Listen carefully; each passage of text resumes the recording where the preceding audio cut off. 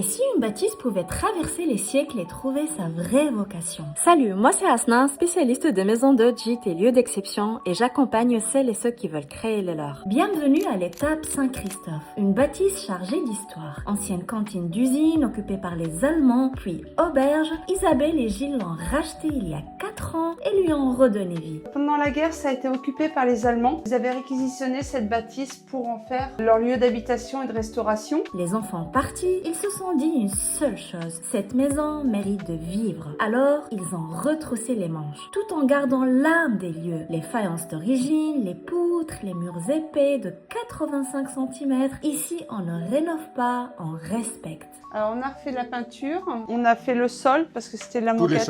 Tous les sols ont été refaits. Donc, un gros travail d'électricité. 5 chambres, chacune avec son thème. Dans la chambre vache, petit clin d'œil à leur fille et à la Normandie. On sourit en entrant, on dort bien en restant. Mon papa, lorsque ma fille était bébé, lui a offert, en revenant d'Auvergne, une peluche, une vache. Et c'est devenu son doudou. Et elle adore les vaches. Donc, c'est le petit clin d'œil à ma fille. Dehors, un parc traversé par un ruisseau. Des fauteuils suspendus, un terrain de pétanque et le bruit de l'eau pour seul fond sonore. Tous les jours, on rencontre des nouvelles personnes qui deviennent, pour certains, des amis. À l'étape Saint-Christophe, on vient pour dormir et on repart avec une histoire à raconter.